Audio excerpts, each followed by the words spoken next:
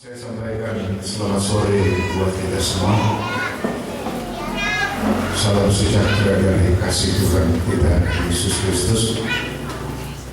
Selamat berbahagia kembali bersama kita ada dalam persekutuan dengan Tuhan lewat pujian, sekarang lewat firman, dan sesudah itu nanti lewat perjamuan suci.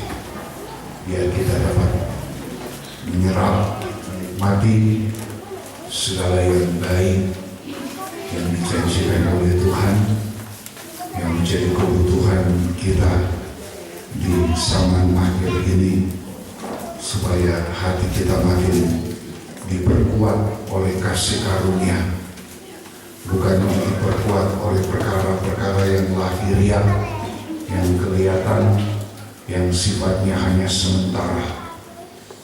Juga bukan diperkuat oleh makanan dan minuman, kata surat Ibrani, tapi biarlah hati kita diperkuat, makin diperkokoh oleh kasih karunia.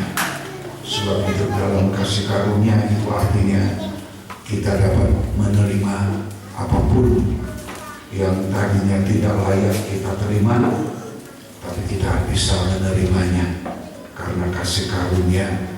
Maka apa yang bisa kita terima itu adalah sampai kepada hal-hal yang melampaui apa yang kita pikirkan. Semoga Tuhan menyertai kita dan memberkati kita semua. Kita pada Selasa yang lalu saya sempat menyampaikan deskripsi atau uraian gambaran singkat tentang syarat ketiga untuk seorang imam bisa ditahbiskan, yaitu dia harus menerima minyak urapan, hidup dalam pengurapan. Tapi karena berkaitan dengan penggembalaan dalam sidang jemaat, maka ternyata saya masih harus melanjutkan Yeremia 17 itu. Ya, praktek yang kedua, yaitu praktek yang kedua dari orang yang rendah hati, orang yang tidak membanggakan sesuatu apapun, baik hal-hal yang dari dunia ini maupun dirinya sendiri, kelebihannya, pandaiannya, ya, tapi dia hanya mengandalkan Tuhan dalam seluruh hidupnya. Itu praktek yang kedua dari rendah hati. Kalau masih ingat bisa ditampilkan segera itu. Praktek dari rendah hati yang pertama adalah rela direndahkan dalam Matius 15. Yang kedua dalam 1 Petrus pasal yang kelima, boleh dibaca ulang. Ya, ini praktek dari rendah hati, yaitu yang pertama adalah rela direndahkan, ya, dalam Matius 15. Yang kedua adalah dalam 1 Petrus pasal yang kelima ayat 6 dan 7, tidak mengandalkan kemampuan diri sendiri, tapi mengandalkan Tuhan. Ya, tidak mengandalkan kemampuan diri, artinya tidak mengandalkan manusia, tapi mengandalkan Tuhan. Ya, kemudian dari poin atau tanda nomor 2 ini kita kemudian melihat sebuah contoh praktek yang disampaikan oleh firman dalam Yeremia 17 ayat 7 sampai dengan ayat yang ke-8. Ya, Yeremia 17 ini dibaca ulang, mari. Yeremia 17 ayat 7 dan ayatnya yang ke-8. Diberkatilah orang yang mengandalkan Tuhan. Diberkatilah orang yang mengandalkan Tuhan, yang menaruh harapannya pada Tuhan. Ya, yang menaruh harapannya hanya pada Tuhan. Saya sudah menjelaskan yang lalu, orang yang hidupnya mengandalkan Tuhan itu sama dengan orang yang hidupnya tergembala. Dia hidup tergembala seperti domba. Ciri khasnya dari domba yaitu domba itu tidak bisa menentukan arahnya. Itu domba secara lahiriah. Ya, domba itu mudah menjadi panik. Dia tidak bisa menentukan arahnya sendiri. Saya itu domba, dia hanya sangat tergantung kepada gembala. Itu secara jasmani. Ya, kemanapun, kalau di padang gurun, di padang timur, kemanapun sang gembala membawa kawanan domba, itu domba akan ikut. Mau dibawa melewati lembah, dia akan turun ke lembah. Melewati jurang, dia akan turun ke jurang. Ya, membawa sampai ke gunung, dia juga akan tetap mengikut. Itu ciri khasnya dari domba. Karena itu orang yang mengandalkan Tuhan itu sama dengan orang yang hidupnya tergembala. Semua itu karena Tuhan. Semua itu kepada Tuhan. Itu orang mengandalkan Tuhan. Dia tidak mengandalkan sesuatu apapun dari dunia ini, bahkan dari dirinya sendiri pun. Saya dia menaruh pengharapannya sepenuh hidup itu dipertaruhkan hanya kepada Tuhan. Itu menaruh harapnya pada Tuhan. Seluruh hidupnya, seluruh aspek aktivitas kegiatan dari hidupnya itu diletakkan kepada pengharapan hanya kepada Tuhan. Saya kira itu orang yang tergembala. Ya, kemudian terus Ia akan seperti pohon yang ditanam di tepi air. ini prakteknya orang yang tergembala. Dia akan seperti pohon yang ditanam di tepi air, Yang merambat akar-akarnya ke tepi batang air, merambatkan akarnya ke tepi batang air, dan yang tidak mengalami datangnya panas dia terik. tidak mengalami datangnya atau tidak dirasainya panas terik, Yang daunnya tetap daunnya hijau, tetap hijau. yang tidak khawatir dalam tahun kering. Ini orang hidup tergembala.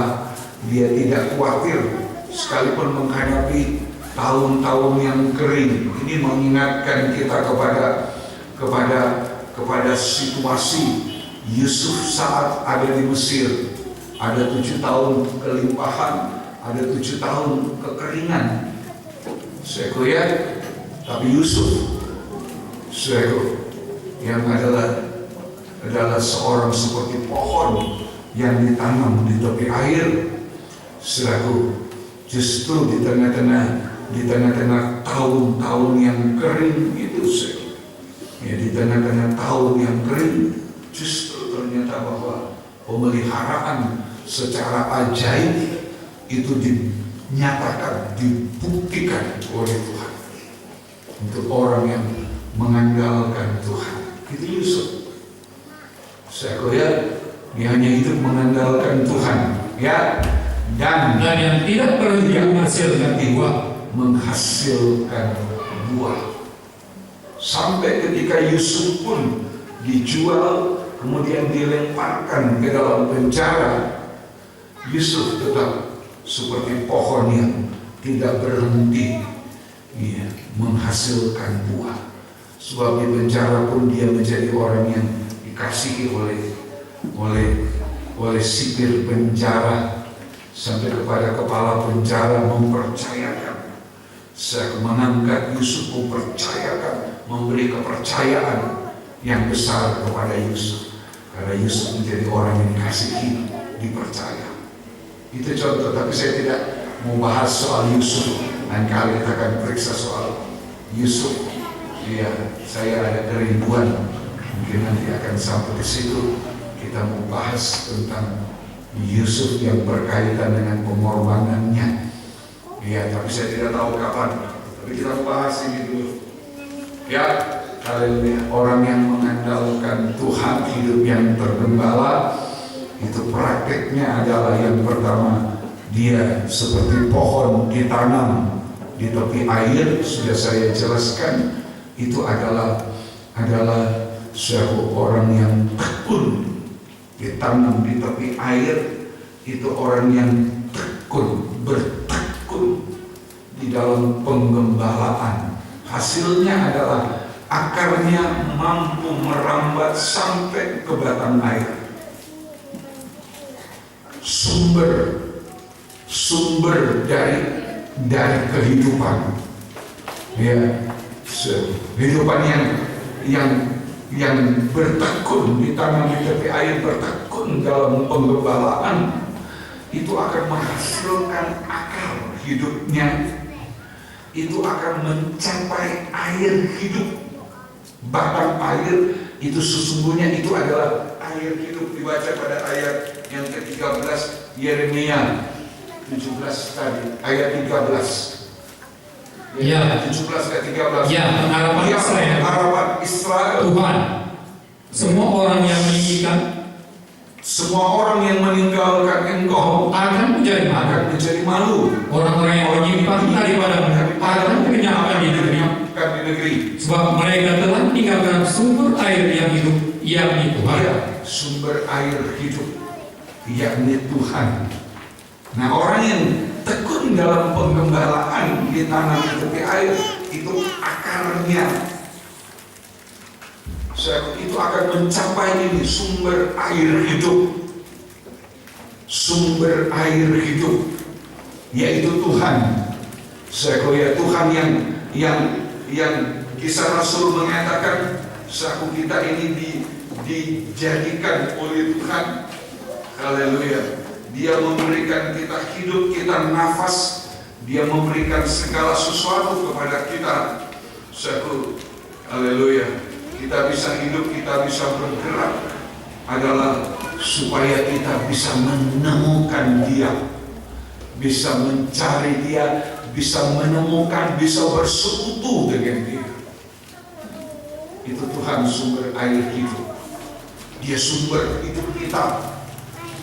Kalau akar hidup kita, ya, segala gerak dari hidup, segala aktivitas hidup kita itu bersumber dari akar. Ya. Segala macam persoalan, berbagai macam persoalan yang terjadi dalam hidup kita, satu sampai pun umpamanya ada orang yang putus asa, itu coba periksa akarnya. Pasti ada yang salah dengan akarnya itu. Saya lihat itu akar itu menjadi sumber.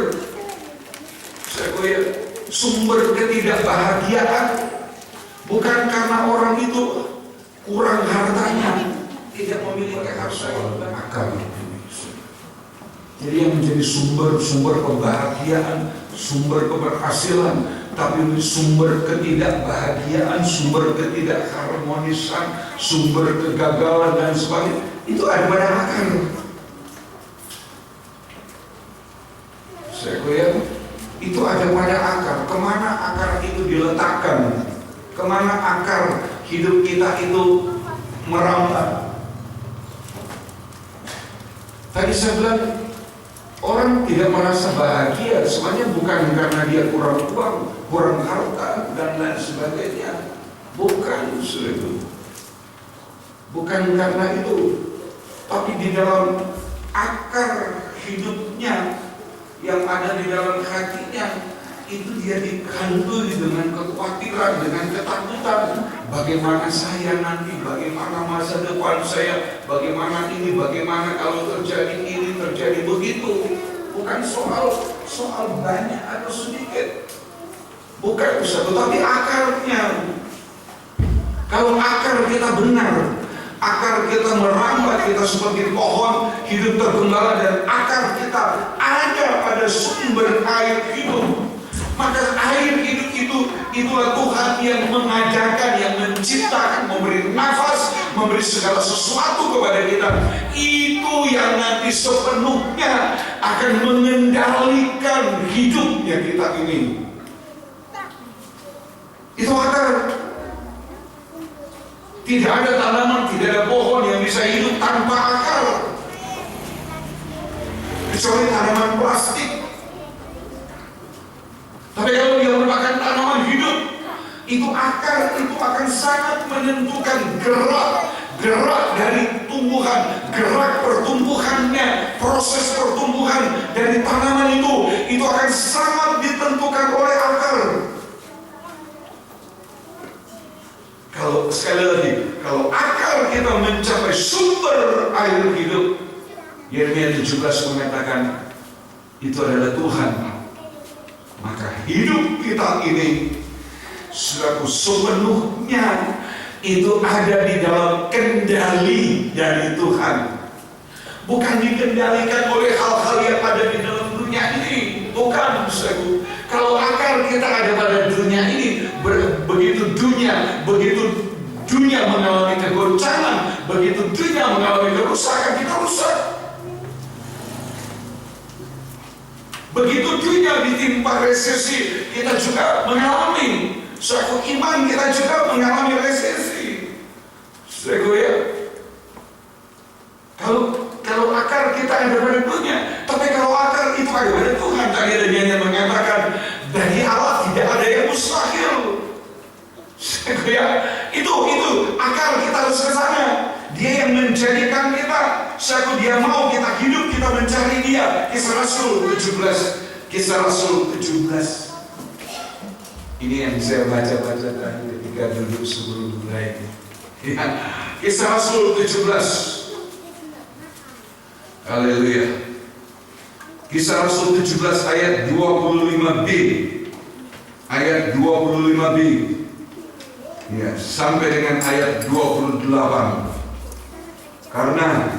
Karena dialah yang memberikan hidup dan nafas dan segala sesuatu kepada semua orang. Dia yang memberikan, coba saya perhatikan. Dialah yang memberi hidup, memberi nafas dan segala sesuatu. Dia memberi segala sesuatu kepada semua orang, bukan kepada satu orang, bukan kepada sebagian, bukan cuma kepada sekelompok orang, segolongan orang, kepada semua orang. Dia beri nafas, dia beri hidup, dia beri segala sesuatu. Ya, lihat 26. Dari satu orang saja, Ya, ia telah menjadikan semua bangsa dan umat manusia Ya. untuk mendiami seluruh muka bumi. terus. Dan ia telah menentukan musim-musim bagi mereka dan batas-batas kediaman mereka, 27. supaya mereka mencari dia Supaya mereka mencari dia dan mudah-mudahan dan mudah-mudahan menjamah menjamah, dan menemukan walaupun ia tidak jauh dari kita masing-masing. 28. Sebab di dalam dia Sebab di dalam dia kita hidup, kita hidup. Pohon ditanam di tepi air, dia hidup. Ya, kita bergerak, dia bergerak. Pohon itu bergerak, bertumbuh, bertunas karena akarnya mencapai batang air. Ya, sebab di dalam dia kita hidup, kita bergerak, kita ada. kita ada. Seperti yang telah juga dikatakan oleh pujangan-pujangan. Ya. Sebab kita ini dari keturunan Allah juga. Ini yang banyak kali kita lupakan dalam hidup kita. Seakan-akan kita bukan dari Allah. Seakan-akan hidup kita ini karena kita. Seakan-akan nafas kita ini karena kita bisa bernafas, karena saya sehat, karena saya mengatur pola hidup saya mengatur pola makan saya yang baik, karena itu saya hidup, saya bernafas, saya bergerak. Itu ada benarnya, tapi cuma sebagian kecil. Orang mengatur pola hidup, pola makannya, tapi yang sebenarnya adalah kita ini hidup, kita bergerak, kita ada oleh karena Allah. Seperti pohon yang ditanam di tepi air, akarnya merambat ke sumber air. Jangan pernah tinggalkan ini, sumber air hidup ini. Saya kira itu praktek yang pertama dari apa yang sedang kita periksa, dari kehidupan yang mengandalkan Tuhan. Yang pertama dia ditanam di tepi air, yang hasilnya ada dia akarnya merapat, sudah saya jelaskan itu. Kemudian yang kedua yang sedang kita periksa sampai minggu lalu adalah tidak alami panas terik atau tidak dirasainya panas terik. Ada panas, tapi dia tidak merasakan itu. Itu terjemahan lama bilang bukan tidak mengalami, ada panas terik menimpa, ya, tapi dia tidak rasa. Dia tidak rasa itu panas terik, tidak dirasainya panas terik. Ada perlindungan. Kehidupan yang mengandalkan Tuhan. Cobaan bisa ada, kesulitan, kesukaran bisa ada, tapi selama kita mengandalkan Dia di dalam firman-Nya, maka ada perlindungan. Kitab Wahyu pasal yang ketiga, Wahyu 3. Kita baca ayat yang ke-10, ayat yang ke-10. Wahyu pasal yang ketiga, ayat yang ke-10. Karena engkau menuruti firman-Ku dari hal sabar untuk tekun menantikan. Iya, menuruti firman-Ku dari hal sabar. Terjemahan lama bilang menuruti firman-Ku dari hal sabar. Jadi melakukan firman itu dibutuhkan kesabaran. Setelah melakukan dibutuhkan kesabaran untuk melihat hasilnya, menunggu hasilnya, karena waktu itu ada di dalam urusannya Tuhan. Tuhan tahu siapa kapan dia harus bekerja. Kita disuruh mengerjakan apa yang harus kita kerjakan. Selebihnya itu apa yang tidak bisa kita kerjakan, itu akan dikerjakan oleh Tuhan. Itu saja kok. Ya, itu orang yang menuruti firman-Ku dari hal sabar. Ya, jadi bukan asal-asalan melakukan firman dengan emosi hanya untuk membuktikan bahwa saya bisa, saya mampu. Bukan. Bukan begitu, menuruti firman dari hal sabar. Terjemahan lama bilang, maka oleh sebab engkau sudah memeliharakan pengajaranku dari hal sabar. Untuk tekun menantikan aku, maka aku pun akan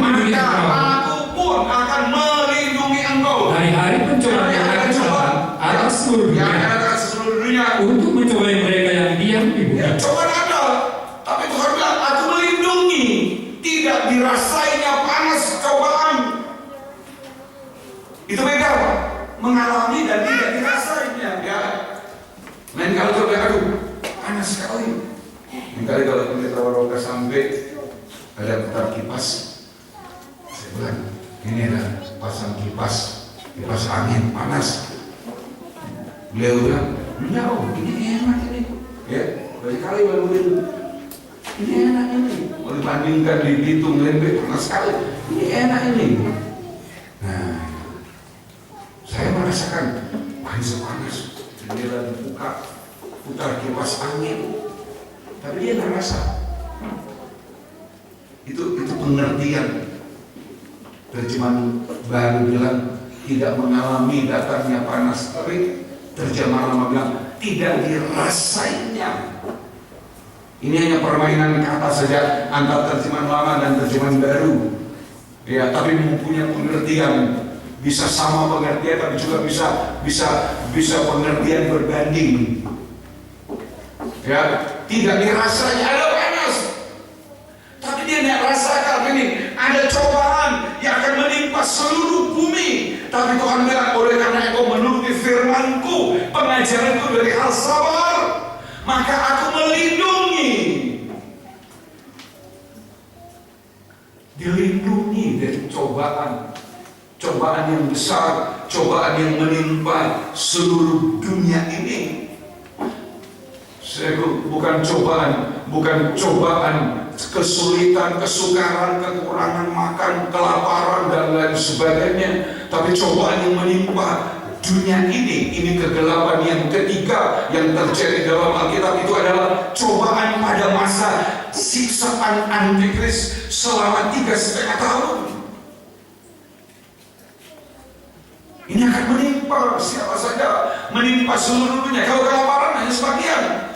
Ya, di Ethiopia sampai hari ini orang masih susah makan. Padahal Ethiopia itu adalah sebagiannya dari keturunan orang Israel. Sampai hari ini, di Papua, di Kabupaten apa itu juga beberapa desa mengalami kelaparan, kekurangan pangan. Di Nusa Tenggara Timur juga begitu, terjadi kekurangan pangan akibat bencana panas sehingga tanaman semua layu. Itu kekurangan itu, bencana itu hanya setempat. Ada gempa bumi, ada peperangan di daerah sana, di negara sana, di kita tidak. Ada bencana banjir di Jawa, di Sumatera, tapi di kita tidak. Umpamanya, ada banjir yang lalu di Manado ada, di Tomohon ada, di Lampung tidak. Kan begitu. Tapi cobaan yang menimpa seluruh dunia tidak ada yang terkecuali adalah saat Antikris tampil untuk memegang kendali atas seluruh dunia ini, mulai dari persoalan ekonomi, persoalan politik, dan lain-lain sebagainya. Semua ada dalam kendali Antikris. Tapi ada janji Tuhan untuk orang yang ditanam, orang yang mengandalkan Tuhan sampai kepada mentaati. Bukan cuma mengandalkan Tuhan, bukan cuma punya Tuhan, bukan cuma percaya Tuhan. Oh iya, saya punya Yesus yang hebat, yang dahsyat, Yesus yang luar biasa. Itu bagus.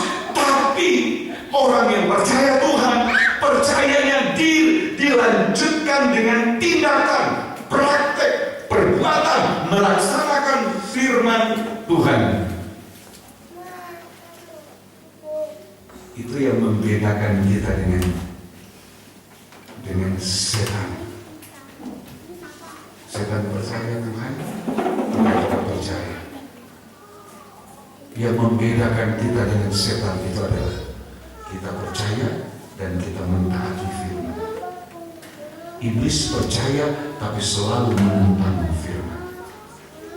Itu bedanya kita dengan setan. Engkau memelihara. Terjemahan baru bilang engkau menuruti firmanku. Terjemahan lama bilang engkau memelihara. Semuanya kata yang sama. Tadi saya bilang permainan kata, permainan bahasa antara terjemahan baru dan terjemahan lama. Kata memelihara, kata menuruti semuanya sama. Dari kata tirihus, berpegang, menyimpan, memelihara, mentaati. Ya, dari kata teriu, T-E-R-E-O, teriu. Terus saya mau baca karena orang kita sekolah teologia, teriu ya, tereho, gitu. Itu berpegang, memegang teguh, menyimpan, ya, memelihara, menyimpan, memelihara, tapi juga menuruti, mentaati, melakukan.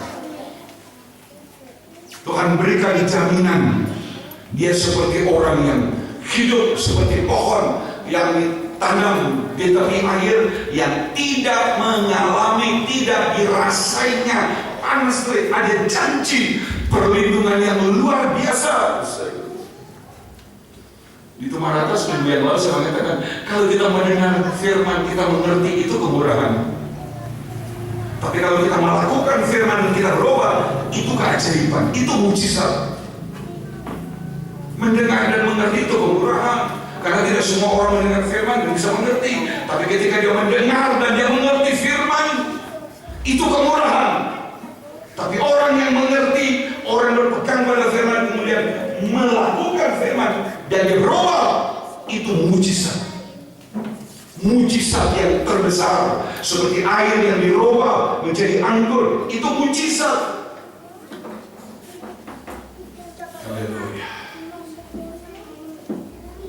Puji Tuhan. Jadi mendengar jemaat di Philadelphia, jemaat yang tidak ada yang mereka bisa banggakan. Ayat sebelumnya, ayat 8, waktu 3, mereka tidak ada yang mereka bisa banggakan. Aku tahu segala kerjaanmu. Lihatlah, aku telah membuka pintu bagimu yang tidak dapat ditutup oleh seorang pun. Aku tahu bahwa kekuatanmu tidak seberapa. Aku tahu kekuatanmu tidak seberapa dibandingkan dengan pencobaan besar yang melanda seluruh dunia. Aku tahu kekuatanmu sangat kecil. Tidak seberapa itu sama dengan sangat kecil. Kekuatanmu sangat kecil. Namun engkau telah menuruti firman-Ku. Tapi engkau menuruti firman-Ku Dan engkau tidak menyangkal namaku. Engkau tidak menyangkal namaku. Terima kasih. Tidak menyangkal namaku itu sama dengan melakukan firman. Sebab nama Tuhan dan firman-Nya tidak bisa dipisahkan. Aku Yesus. Yesus itu firman. Ya, namanya Yesus. Yesus itu adalah firman yang menjadi daging. Dulu cuma suara yang dengar, sekarang kita bisa lihat secara pribadinya di dalam firman. Nama dan firman tidak bisa dilepaskan. Tidak menyangkal nama Tuhan, mengaku nama Tuhan sama dengan mempraktekkan, melakukan, mentaati firman apapun risikonya. Itu tidak menyangkal. Ya, itu namanya tidak menyangkal. Menyangkal nama Tuhan bukan berarti kalau orang itu, saya nggak percaya nama Yesus. Bukan. Orang yang mendengar firman percaya kalau firman itu adalah Allah, tapi dia menolak melakukan.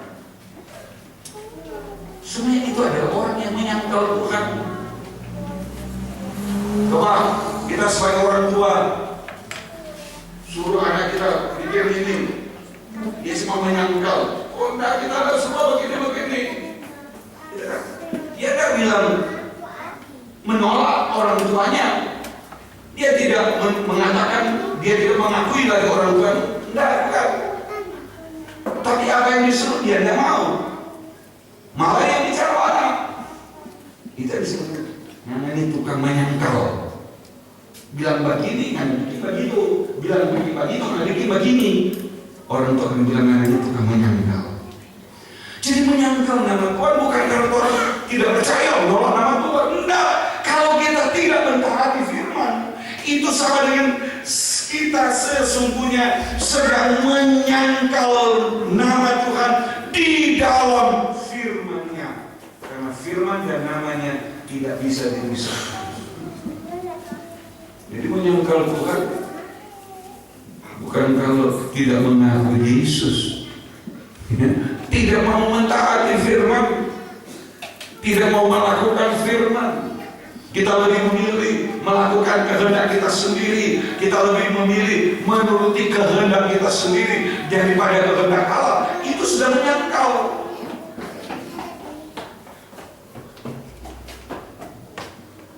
Walaupun mulutnya orang tidak mengatakan begitu. Oh saya enggak. Kapan kamu dengar saya menyangkal nama Tuhan? Enggak. Saya percaya nama Yesus.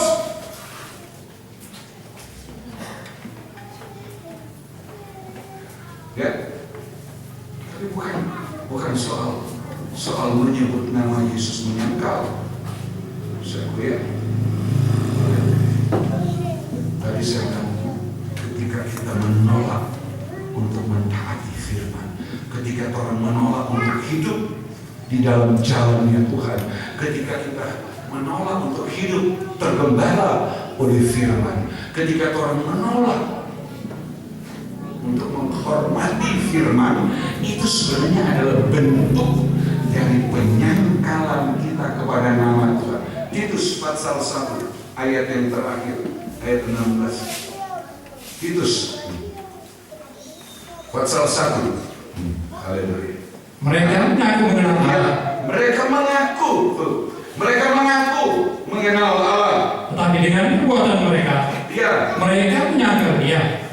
Mereka keji dan durhaka dan tidak sanggup berbuat sesuatu yang baik. Mengaku mengenal Allah, saya kenal Tuhan, saya orang Kristen, saya kenal Tuhan.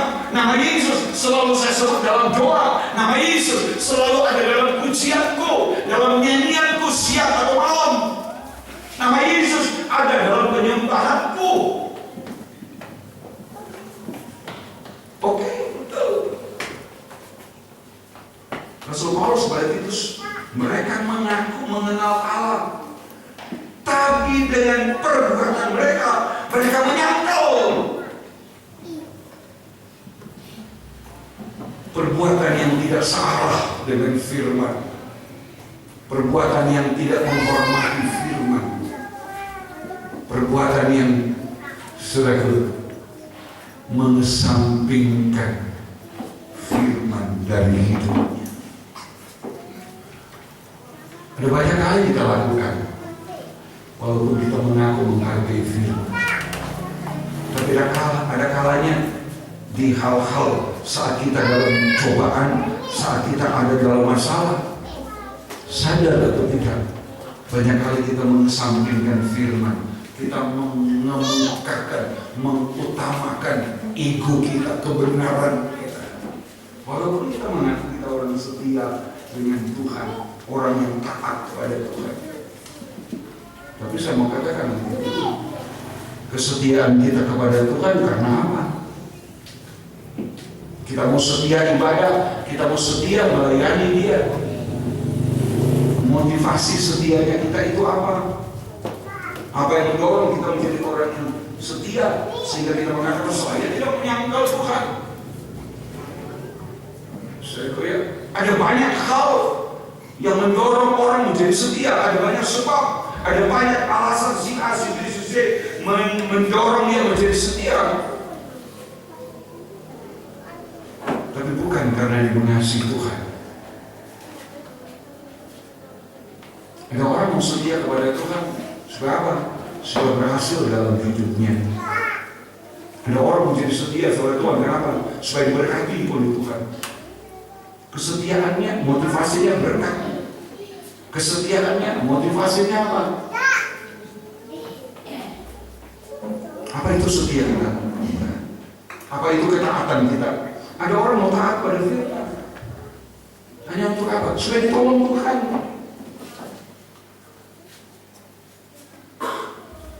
Jadi motivasinya pertolongan. Itu tidak salah, tapi bukan itu. Itu sudah baik, tapi tidak benar 100%. Bukan itu. Kalau saya kembali kepada soal imam-imam ditakdiskan, untuk apa kita diangkat jadi imam? Ditebus jadi imam-imam, ditakdiskan sebagai imam untuk apa? Untuk diberkati, untuk ditolong, untuk dipulihkan, untuk disembuhkan, untuk diangkat, untuk dihormati. Bukan untuk memegang jabatan bagiku, kata Tuhan. Bukan ada. Tuhan yang bilang, kamu saya angkat jadi imam-imam, saya takdiskan jadi imam-imam supaya kamu dalam hidupmu kamu diberkati. Kalau kamu saya takdiskan jadi imam supaya dalam hidupmu kamu nanti dihormati. Tidak pernah ada ayat yang begitu. Kita saja yang menggunakan akal, pikiran, perasaan kita. Saya mau setia supaya saya diberkati. Saya mau setia supaya saya ini. Saya mau sungguh-sungguh supaya saya begini. Tujuannya bukan Tuhan, kesetiaannya bukan itu untuk Tuhan, kesetiaannya bukan supaya kita bisa berhubungan dengan Tuhan, tapi kesetiaannya karena sesuatu, karena ini, karena itu. Nah, kalau sudah begitu jangan pernah harap kita bisa masuk surga.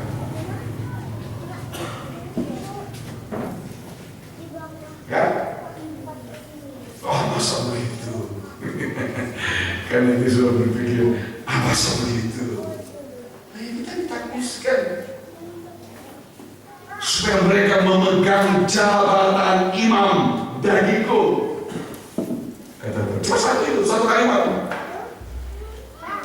Basuh mereka, kenakan pakaian kudus, urapi dengan minyak. Ulangan 40 kita baca minggu lalu. Supaya mereka memegang jabatan imam bagiku. Tidak lain.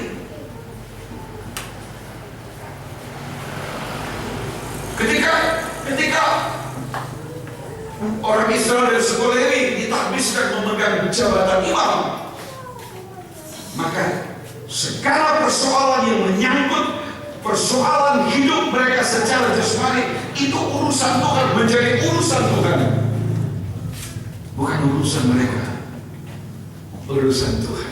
Nah itu, karena itu presiden kita mau setia karena apa? Kita mau setia. Kita mau sungguh-sungguh karena apa? Kita mau sungguh-sungguh. Karena banyak kali kita mau setia cuma karena takut Tuhan.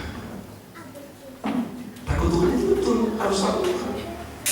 Tapi ada orang mau setia cuma karena takut Tuhan, bukan karena mengasihi Tuhan.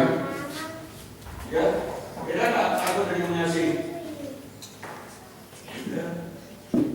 Kita takut, kita saya bersetia takut Tuhan, takut masuk neraka.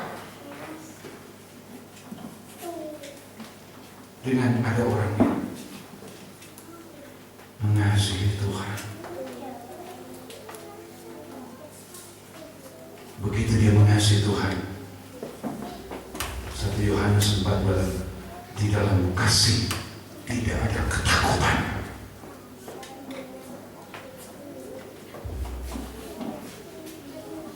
Kita baca kitab Mazmur, takutlah kepada Tuhan, takutlah kepada Tuhan. Takutin bagaimana? Dalam hal apa kita harus takut? Kalau setia kita kepada Tuhan hanya didasarkan karena saya takut Tuhan,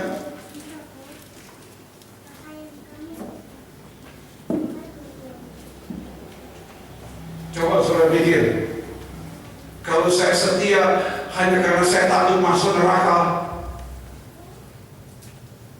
itu setia tanpa kasih.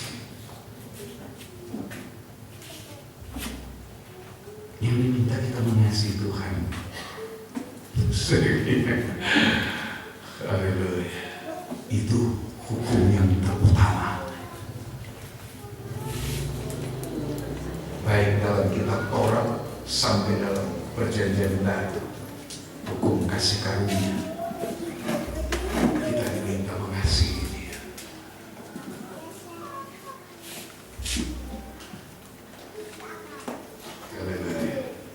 Jadi kalau kita menjadi orang mengasihi Tuhan, menuruti firman, itu sama dengan mengasihi Tuhan. Kemudian jemaat Philadelphia, aku tahu kekuatanmu kecil, tapi kamu menuruti firman, tidak menyangkal namaku. Ini lebih jauh saya menjawab. Skala lebih besar, yaitu karena mereka mengasihi Tuhan. Saat menuruti firman, kata Tuhan, barang siapa menuruti perkataanku, dialah yang mengasihi aku. Jemaat Philadelphia yang tidak ada yang bisa diandalkan dari diri mereka, tapi mereka mengasihi Tuhan. Sampai pun mereka harus sabar terhadap firman, menerima firman dengan kesabaran, sekalipun itu adalah teguran yang keras, ajaran yang keras, tapi mereka sabar, tetap menerima firman dengan rela hati. Tuhan bilang, aku akan melindungi kamu dari pencobaan yang besar. Nah,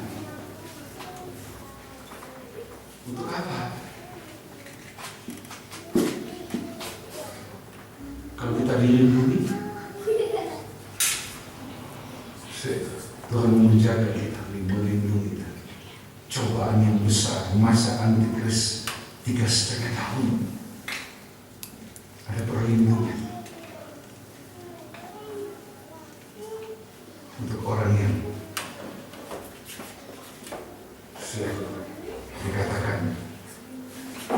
tidak dirasainya panas terik. Kan ya, sampai kalau ada perlindungan, bukan cuma perlindungan secara biasa yang kita alami sehari-hari, dilindungi dari ini, dilindungi dari ini, diselamatkan dari ini, ditolong dari ini, dari itu perlindungan. Tapi sampai dilindungi untuk tidak sampai masuk antikris.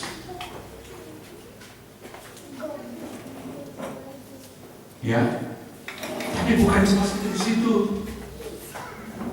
Perlindungan Tuhan atas kita, gereja Tuhan, atas kehidupan yang mengandalkan Tuhan, tidak dirasainya panas terik, bukan cuma sampai di perlindungan tidak masuk antikris. Tapi kehidupan itu dilindungi sampai dia bisa berada di takhta Allah. Sehingga hidup itu dilindungi tadi saya bilang sekarang, bukan cuma dari perlindungan yang biasa, tapi perlindungan yang luar biasa. Bersama antikris sampai kepada hidup itu dilindungi untuk bisa masuk dalam pembangunan tubuh Kristus, masuk menjadi bagian dari mempelai perempuan Tuhan. Kita baca Wahyu pasal 7. Wahyu 7. Coba kita lihat di sini. Ya, Wahyu 7. Ini salah satu alasan kenapa sekalipun minggu lalu saya sudah sampaikan deskripsi tentang minyak urapan, tapi ternyata harus balik ke sini. Ini sebagai orang penting, jemaat khususnya. Ya, Wahyu pasal 7 ayat yang ke-15 dan ayat 16. Wahyu 7 ayat 15 dan ayat yang ke-16. Karena itu mereka berdiri di hadapan tahta Allah. Dan melayani Dia sebagai Allah di bait sucinya. Dan Ia yang duduk di atas tahta itu akan membentangkan kemahnya di atas mereka. Perhatikan kalimat ini. Dia akan membentangkan kemahnya di atas mereka. Ya, mereka tidak akan menderita lapar. Mereka tidak menderita lapar dan dahaga dan matahari atau panas akan menimpa mereka. Tidak akan menimpa mereka lagi. Sebab anak domba yang di tengah-tengah tahta itu akan mengembalakan mereka dan akan menuntut mereka ke mata air kehidupan, dan Allah akan menghapus segala air mata dari mata mereka. Kalau Yeremia 17 tidak mengalami datangnya panas terik, tidak dirasanya panas terik. Wahyu 7 ini klimaksnya, puncaknya dari orang yang hidup mengandalkan Tuhan. Dilindungi sampai dia bisa masuk dalam pembangunan tubuh Kristus. Dilindungi sampai dia terkait dengan pembangunan kemah Allah, tabernakel Allah. Kepada orang-orang ini Tuhan membentangkan kemah. Mereka tidak mengalami, merasakan lagi datangnya panas terik. Ini puncak dari perlindungan itu, yaitu hidup itu dibawa sampai masuk dalam pembangunan tabernakel rohani, pembangunan tubuh Kristus, gereja Tuhan yang dijadikan sebagai kemah Allah, sebagai mempelai perempuan Tuhan, sebagai tempat tinggal dari Allah, sebagai tubuh menjadi tempat dari kepala. Dia membentangkan kemah dibentangkan, dibuka, dipasang, dirangkai. Membentangkan kemah ini bicara dari hal pembangunan tabernakel, pembangunan tubuh Kristus, gereja Tuhan yang dijadikan tubuhnya, gereja Tuhan yang dijadikan mempelai perempuan Tuhan. Wahyu 21 kita lihat, ini kemah, ini kemah yang telah dibentangkan itu. Wahyu 21 kita membaca pada ayat yang ayat yang ketiga, dan 4. Lalu aku mendengar suara yang nyaring dari takhta itu Dengan berkata, suara nyaring dari takhta itu berkata, lihatlah, kemah Allah kemah Allah ada di tengah-tengah manusia. Iya, tabernakel Allah ada di antara manusia, Dan ia akan diam bersama-sama dengan mereka. bersama dengan mereka. Mereka akan menjadi umatnya, dan ia akan menjadi Allah mereka. Lihatlah kemah Allah itu tabernakel Allah. Itu ada di tengah-tengah manusia, di antara manusia. Dia diam bersama mereka. Mereka itu siapa? Itu gereja Tuhan yang dibangun menjadi tabernakel. Ini sinergi, sinkron dengan Yohanes 1 ayat yang ke-14. Firman itu menjadi manusia, kemudian dia tinggal, dia bertabernakel. Tinggal itu dari kata Inggrisnya dwell, dia tinggal. Kata Yunaninya skene atau skenos, dia bertabernakel di antara manusia. Sama ini. Yohanes 1 ayat 14 itu permulaan, ini akhir. Ya, gereja Tuhan dijadikan tabernakel, dijadikan tempat tinggal. Ini yang saya jawab yang lalu yang mengikuti Tuhan dari mana ini? Mengikuti siaran internet, kemudian dia bertanya soal tabernakel. Ini bagian penjelasan saya kepada dia. Kemah Allah ada di antara manusia. Itu Allah yang tabernakel, Allah yang tinggal, diam bersama mereka. Mereka siapa? Itu kehidupannya dilindungi dari panas terik, mengalami kemah di permukaan.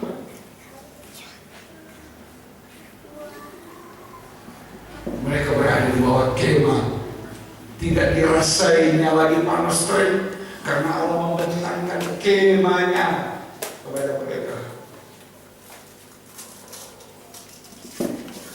Ini hidup yang bergembala sampai bisa masuk dalam pembangunan tabernakel rohani, tubuh Kristus yang besar.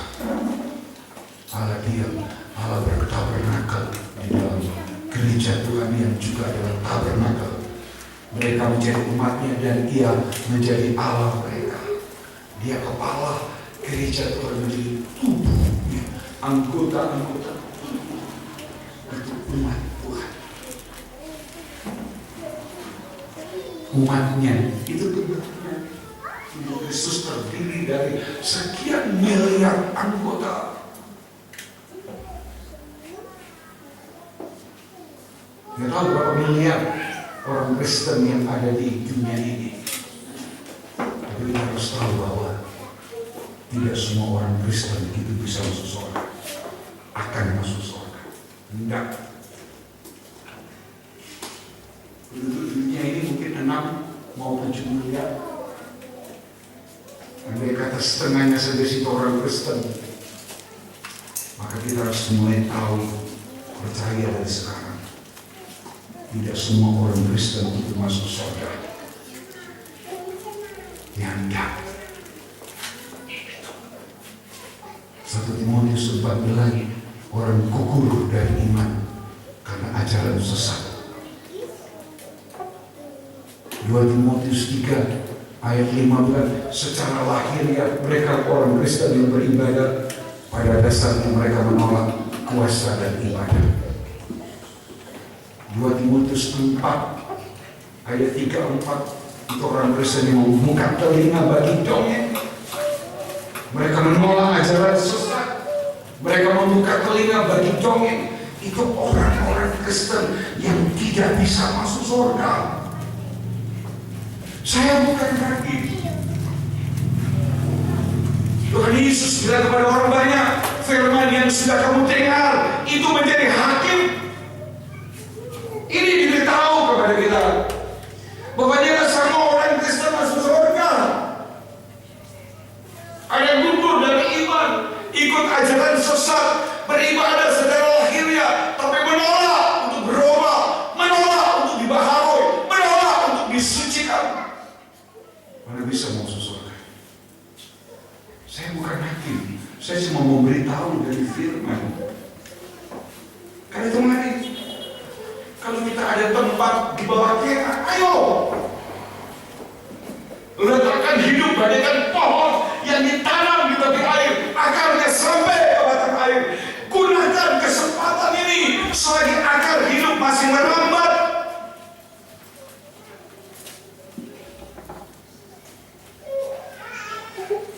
Gunakan sebelum akar itu menjadi kering, sebelum akar itu busuk. Saya sudah jelaskan, sebelum akar itu terinfeksi oleh racun, sebelum timbul akar pahit dan akar jahat. Tapi andai kata sekarang kita punya akar busuk, akar kering, akar jahat, akar pahit, akar beracun,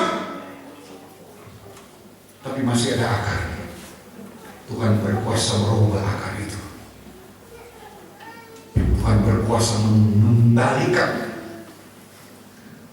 Tuhan berkuasa mengendalikan gerak dari akar untuk seperti akarnya perempuan Samaria yang menemukan air hidup, dan dia berubah, dia menjadi saksi, dia mampu menggerakkan seisi Samaria untuk datang kepada Yesus, melihat sendiri, mendengar sendiri, mengalami sendiri. Orang Samaria mengatakan, sekarang kami percaya bukan karena apa yang kau katakan, tapi kami sendiri lihat, kami sendiri kenal, kami sendiri alami. Siapa itu Yesus? Ayo,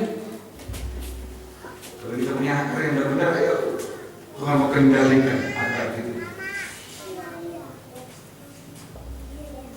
Bukan kita mengendalikan, Tuhan yang mengendalikan. Kalau kita mau, supaya kita nanti boleh masuk di bawah kemah yang dibenarkan. Jangan hidup di luar kemah, jangan hidup di luar penggembalaan, hanya karena sesuatu yang kita anggap kita punya, hanya karena sesuatu yang kita anggapkan, kita andalkan dari hidup kita di dunia ini. Itu semua akan menjadi nol, tidak berarti kalau hidup kita tidak tergembala.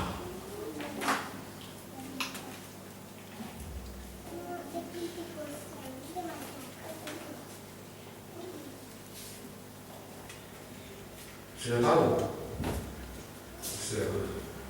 dari survei di dunia tentang orang Kristen, berapa persen orang Kristen yang percaya tentang kebenaran dari Alkitab? Nggak sampai 15%. Selebihnya dicampur dengan kebenaran logika. Mereka tidak percaya kalau kebenaran itu memerdekakan. Yohanes 8. Kalau kamu tinggal dalam firman-Ku, kamu adalah murid-Ku, dan kamu akan memeluk kebenaran, dan kebenaran itu akan memerdekakan. Tidak sampai 15% orang percaya Alkitab, firman Allah itu adalah kebenaran yang absolut, kebenaran mutlak, kebenaran yang tidak bisa dirubah, sebab kebenaran Allah.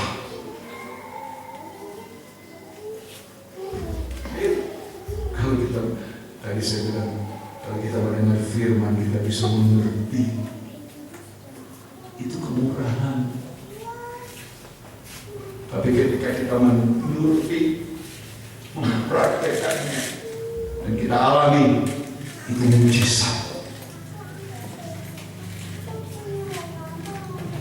Itu mujizat yang terbesar dalam hidup kita. Oleh firman, oleh kebenaran, kita bukan cuma dimerdekakan, tapi kita disucikan, kita berubah. Kata Yohanes 17 ayat 17, kuduskan mereka dalam kebenaran, firman-Mu adalah kebenaran. Kalau kita bisa lepas dari dosa, dimerdekakan dari penjara dosa, kita disucikan, kita berubah. Itu mujizat yang tidak bisa dilakukan oleh suami terhadap istrinya, tidak bisa dilakukan oleh istri terhadap suami, orang tua terhadap anak, anak terhadap orang tua, pendeta terhadap jemaat, gembala terhadap jemaat, jemaat terhadap gembala. Tidak bisa. Yang bisa melakukan itu cuma firman, cuma kebenaran. Karena itu kami hamba Tuhan, tugas kami adalah menyampaikan kebenaran. Keubatan, pembaruan, penyucian, kelepasan, pengampunan hanya sudah bisa terima, sudah bisa alami kalau sudah percaya kepada firman dan mau menuruti.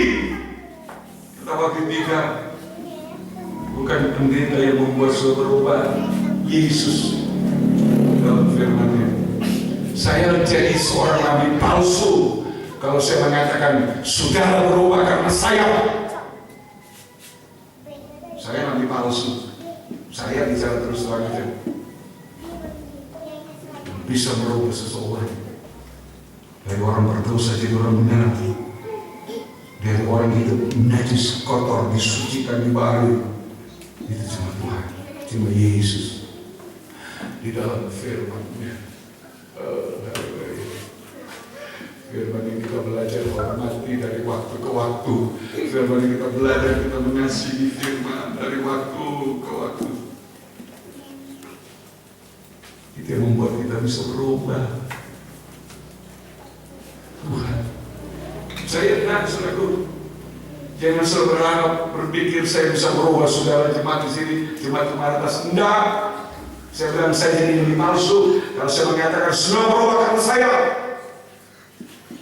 Tidak pernah. Kebaruan terjadi karena Yesus di dalam firman. Kalau tanpa firman, tanpa kebenaran kita yakini, kita tidak pernah bisa berubah. Dan tidak ada orang lain bisa berubah. Baru karakter manusia lama kita. Roma bilang, Rasul Paulus bilang, oleh satu orang yang berbuat dosa, semuanya keturunannya sudah terinfeksi oleh dosa. Oleh satu orang yang berbuat kebenaran, seluruh keturunannya hidup benar, bisa hidup benar. Coba kita cari aja di dalam Roma. Saya kuliah Roma pasal yang kelima. Coba kita lihat Roma pasal yang kelima.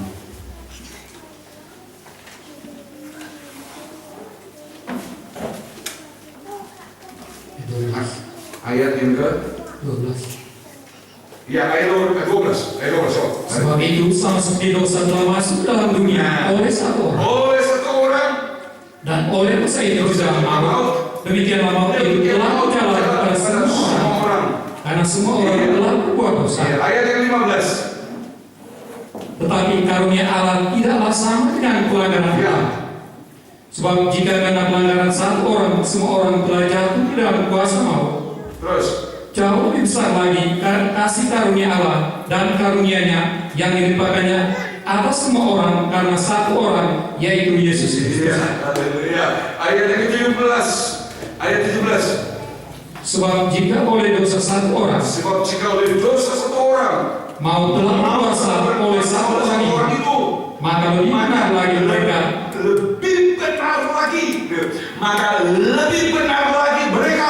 yang telah menerima kasih karunia dan anugerah akan hidup dan berkuasa oleh karena satu orang, yaitu Yesus Kristus. Bukan pendeta manapun juga di dunia ini. Sudah tahu. Hanya oleh Yesus akan hidup dan berkuasa oleh karena satu orang itu, yaitu Yesus Kristus. Dialah kebenaran. Akulah jalan, Yohanes 14:6. Akulah kebenaran, akulah hidup. Tidak seorang pun bisa sampai kepada Bapa kecuali dengan aku. Haleluya. Oh, Tuhan dipermuliakan. Haleluya. Betapa luar biasanya. Jangan pernah membuang, menyia-nyiakan kasih karunia Allah. Ayat 15, kasih karunia Allah tidak sama dengan pelanggaran Adam. Lebih besar dari pelanggaran Adam, itu adalah kasih karunia. Sama arti dari kasih karunia adalah kita yang tidak layak, kita menerima pemberian. Segala sesuatu kita bisa terima dari Allah hanya karena kasih karunia. Dan lebih dari segala sesuatu yang kita terima dari Allah karena kasih karunia, itu adalah keselamatan hidup kekal bersama dengan Dia dalam Yerusalem baru. Kata Wahyu 7 ayat 17 tadi, di sana tidak ada air mata tangisan. Wahyu 21 ayat 4 juga bilang begitu. Saat kemah Allah, saat Allah menyatu dengan manusia, saat Allah, kemah Allah ada di antara manusia, tinggal di antara kita, saat Dia menyatu dengan kita, maka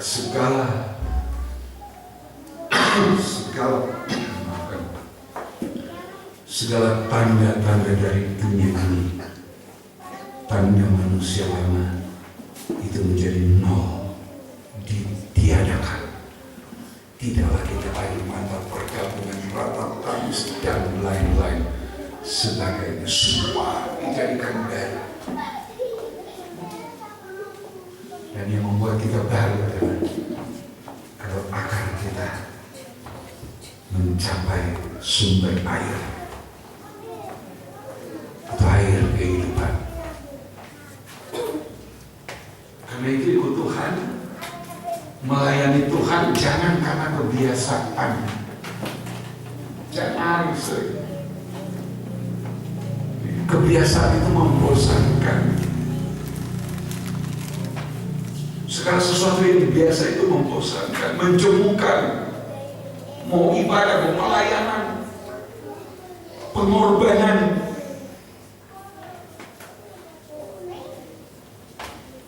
kalau semua berdasarkan kebiasaan, itu satu waktu kita akan sampai kepada kita merasa jenuh dengan Tuhan, jenuh dengan ibadah, jenuh dengan pelayanan, jenuh dengan pengorbanan. Kita akan jenuh. Kenapa? Karena semua kebiasaan. Main musik juga karena kebiasaan. Sama, menjenuhkan, membosankan. Melayani Tuhan, menyampaikan firman seperti saya. Kalau hanya karena kebiasaan, hanya karena tahu, hanya karena biasa berkhotbah, biasa bicara firman, apa yang dirasa? Tak ada. Cuma ada lelah, capek. Cuma itu. Ya, tapi kita harus merasakan satu hubungan yang akrab dengan Tuhan.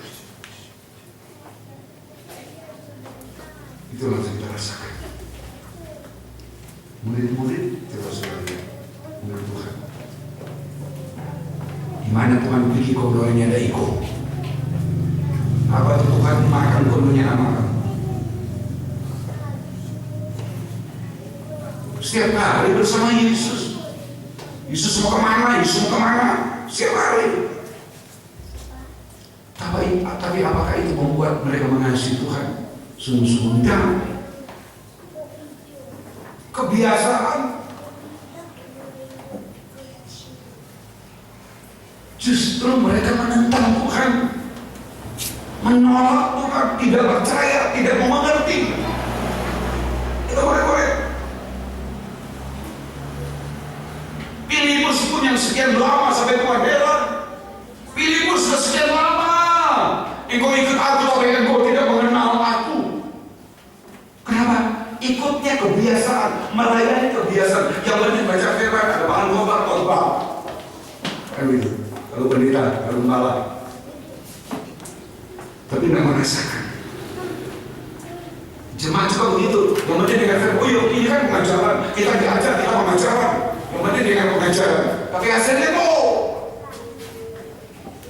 bukan itu.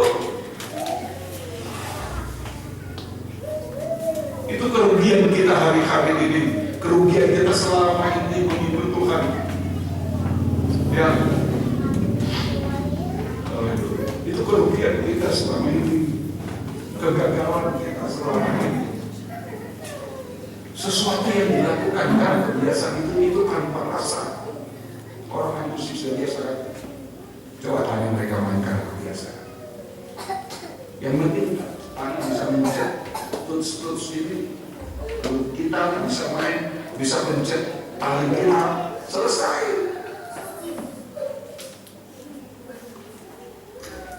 Tanya kepada mereka kalau mereka main kebiasaan, apa yang dirasa sesudah bermain? Tidak ada, kering, no.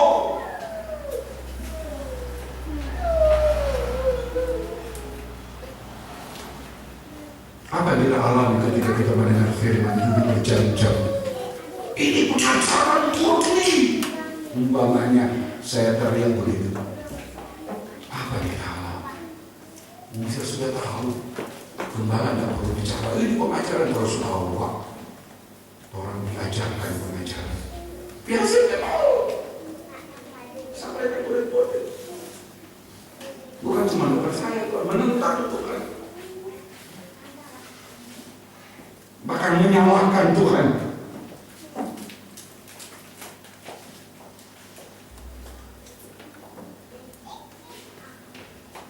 Tapi coba lihat perempuan Samaria.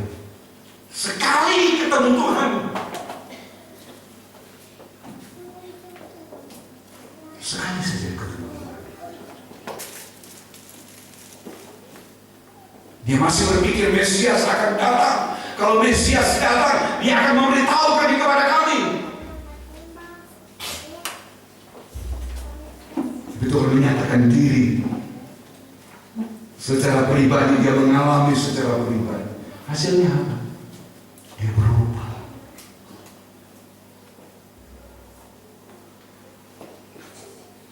Bukan cuma berubah, keubahannya dibagikan kepada orang lain.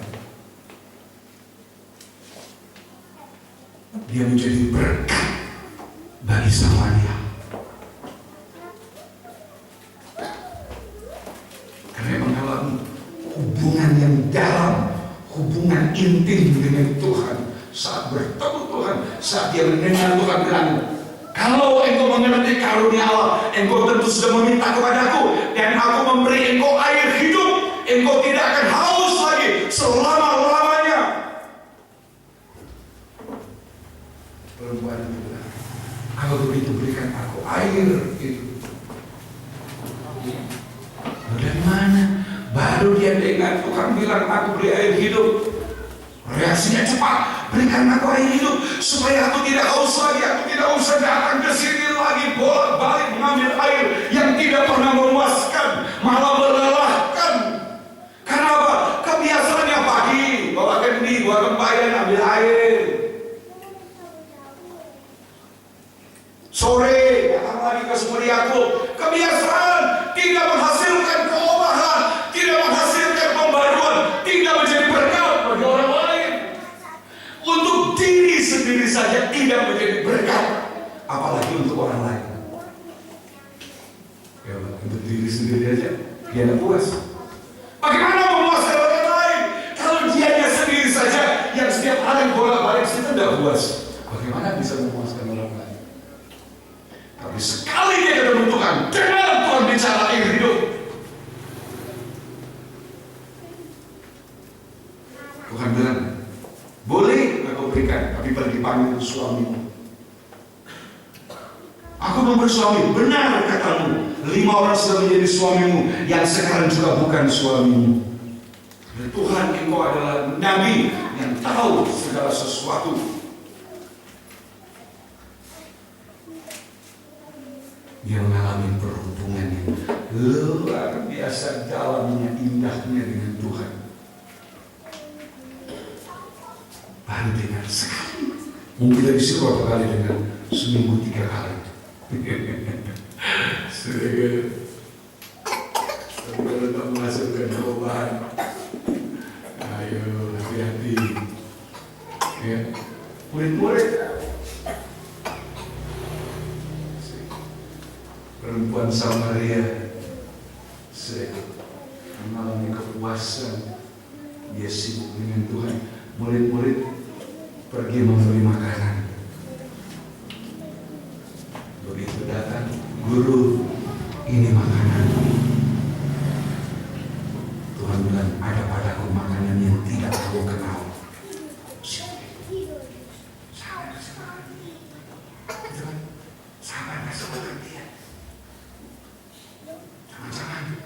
Jangan.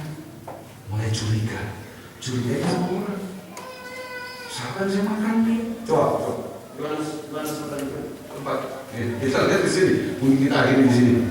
Ya, kita belum selesai sebenarnya tentang tidak dialaminya, tidak dirasanya panas lagi. Ya. Ayat yang ke 25, ayat 25. Ini sudah percakapan ya. Ayat 25, Yohanes jawab perempuan itu kepadanya, aku tahu bahwa Mesias akan datang, yang disebut juga Kristus. Apabila ia datang, ia akan memberitakan segala sesuatu kepada kami. Kata Yesus kepadanya, akulah dia yang sedang berkata-kata dengan kau. Ada perjumpaan secara pribadi yang luar biasa. Sekali ketemu, Tuhan menyatakan diri. Terjadi hubungan yang dalam, hubungan yang intim. Lihat, haleluya. Puji Tuhan. Ayat 28. Maka perempuan itu meninggalkan tumpayannya di situ, lalu pergi ke kota dan berkata kepada orang-orang yang ada di situ, mari, lihat, di sana ada seorang yang mengatakan kepadaku segala sesuatu yang telah kuperbuat. Mungkinkah dia Kristus itu? Maka mereka pun pergi keluar kota, lalu datang kepada Yesus. 31. Sementara itu murid-murid yang mengajak dia, katanya, Rabi, makanlah. Rabi, makanlah. Terus. Akan tetapi ia berkata kepada mereka, padaku ada makanan yang tidak kamu kenal. Sayang sekali. Perempuan Samaria sudah menikmati makanan itu, dia berubah hidup lamanya, tempayan lamanya yang tidak pernah memberi kepuasan sudah ditinggalkan. Murid-murid masih sibuk dengan perkara-perkara lahiriah yang tidak mengubahkan. Sampai Tuhan bilang, ada padaku makanan yang tidak kamu kenal, tersembunyi. Padahal hari-hari dengan Tuhan.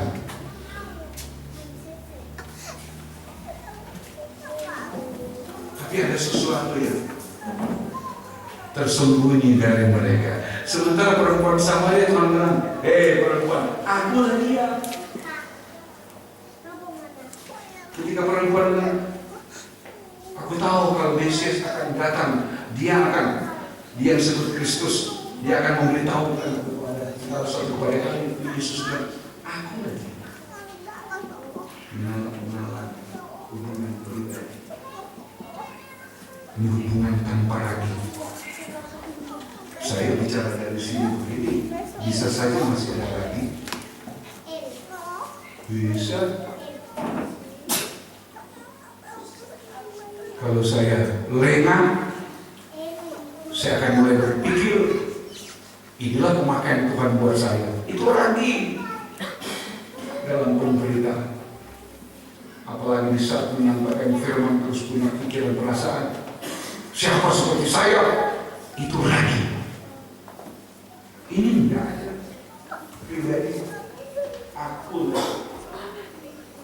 Perempuan Samaria bilang, aku tahu kalau Mesias itu yang disebut Kristus datang. Dia nanti mau saya tahu semua ini. Tuhan bilang, aku nanti. Enggak ada siapa-siapa di sini.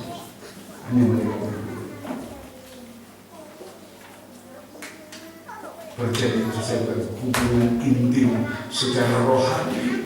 Perempuan karena mengalami kekerasan, setelah tinggalkan tempat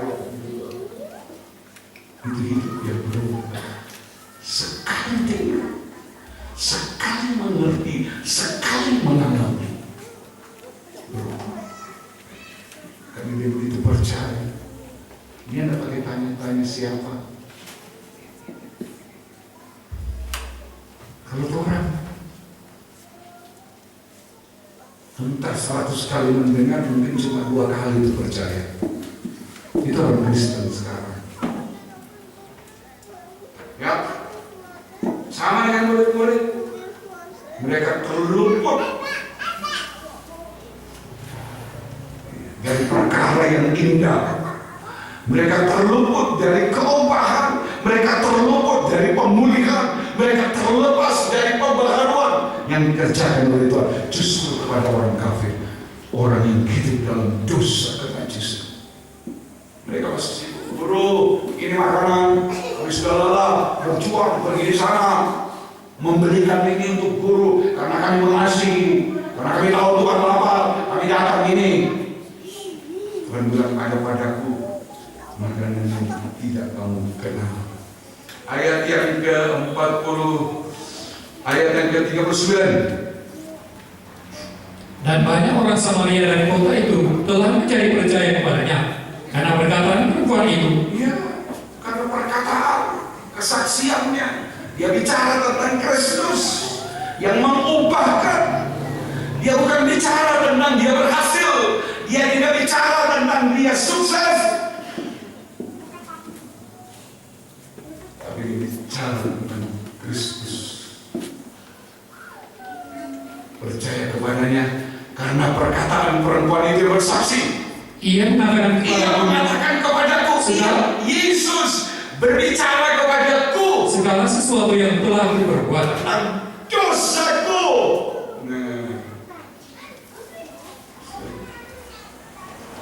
Dan kali tadi bicara, maka bersaksi tentang kehebatanku. Kalau bukan saya, dia tidak berubah. Kalau bukan saya, gembala gereja itu tidak jadi. Kalau bukan saya yang bersusah payah, orang yang punya dana bangun gereja. Itu kalau kita mau jujur, itu lagi dalam pemberitaan. Itu yang menakutkan saya sebenarnya. Saya takut. Apa yang saya takutnya?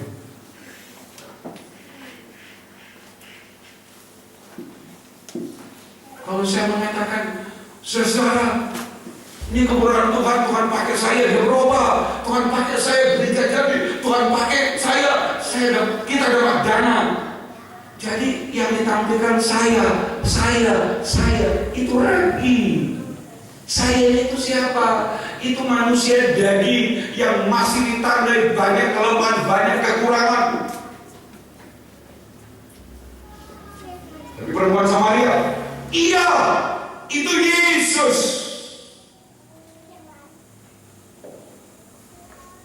Dia bicara tentang dosa saya, kesalahan saya, kekurangan saya, tapi dia mengampuni saya, dia berubah saya, dia membaharui saya. Dia.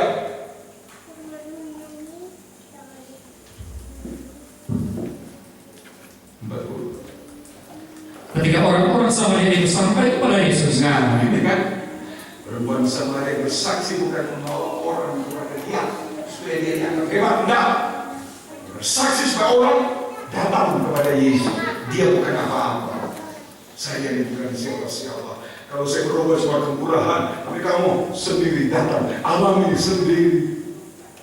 Siapa tahu kamu bisa alami seperti keobahan, pembaharuan, kemurahan, pemulihan, pengangkatan, pengampunan, kelepasan, penyucian yang Tuhan kerjakan dalam saya. Siapa tahu kamu juga mengalami berkat ini. Nah, itu yang luar biasa. Ketika orang Samaria itu sampai kepada Yesus, mereka minta kepadanya supaya ia tinggal kepada mereka. Dan ia tinggal di situ 2 hari lamanya. Dia tinggal 2 hari ini, 2 hari yang diberikan untuk bangsa kafir.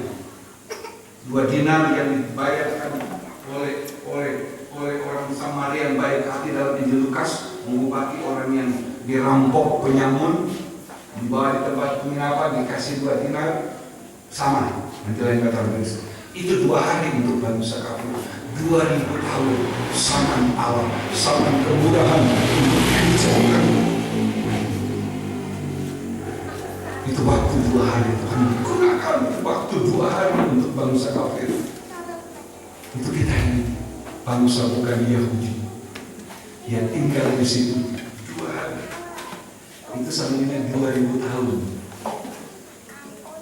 Dari sejak kedatangan Yesus yang pertama mati di salib karena ditolak oleh orang Israel sampai kepada kedatangan yang kedua 2000 tahun. Itu waktu untuk bangsa kafir. Israel tidak ada karena Israel menolak dia. Mereka menyalibkan. Israel tidak ada di sana. Di waktu 2 hari itu tidak ada. 2000 tahun menurut peta zaman Israel tidak ada. Jadi Yesus datang dan mati di kayu salib. Dia mati kenapa? Karena dia ditolak oleh orang Israel. Mereka tidak mengakui dia Mesias. Mereka tidak mengakui dia anak Allah. Tapi orang Samaria menerima. Bangsa bukan Yahudi.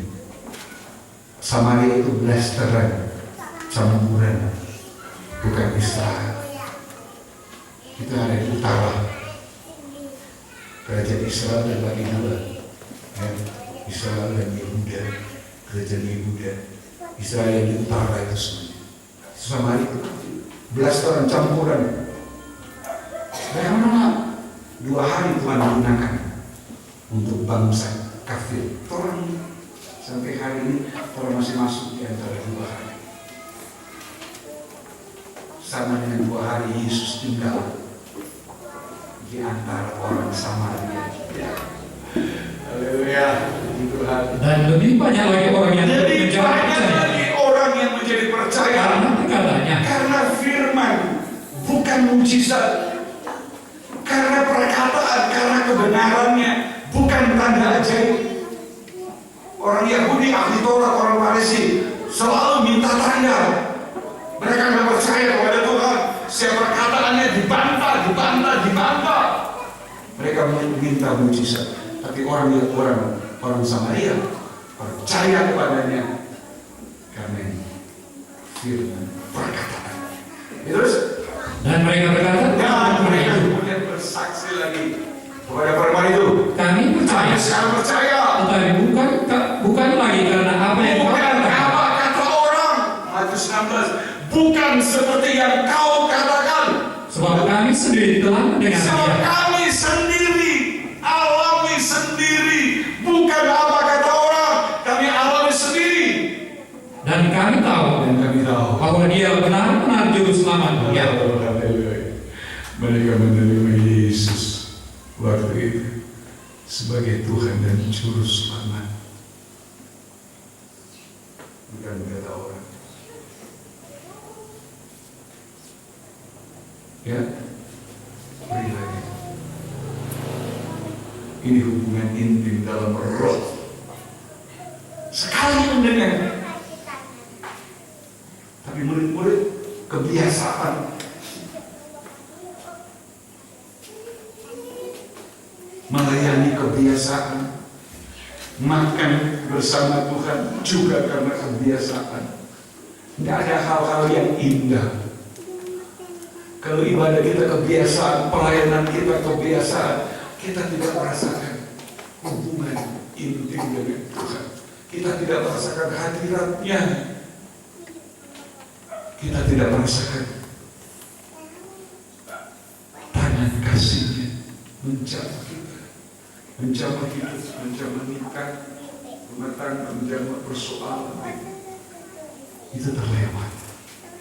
Tapi hari ini kita lihat ayo, mari kita merubah. Ya, mari kita merubah. Ada banyak cerita tentang orang-orang yang sekali bertemu Tuhan. Alami kuasa, hadirat, alami keubahan, alami perubahan. Sekarang kita berbagi kepada diri kita. Apa yang kita alami? Sekian lama kita melayani Tuhan.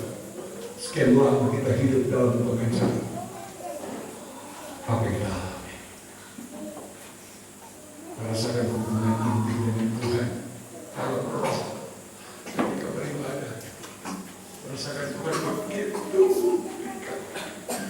Saya sudah jelaskan walaupun baru sebagian soal kita membawa korban bersembah. Jadi kita tetap Sudah merasakan belum? Kalau belum, mari kita berubah. Bertangan kemuliaan Tuhan yang terulung. Selagi kita masih bisa mendengarkan firman, itu artinya kita masih diberi kesempatan untuk mengalami hadiratnya, untuk merasakan bahwa kita itu begitu dekat. Kita bukan beribadah karena kebiasaan, kita bukan melayani karena kebiasaan, bukan berkhotbah karena tahu itu kebiasaan.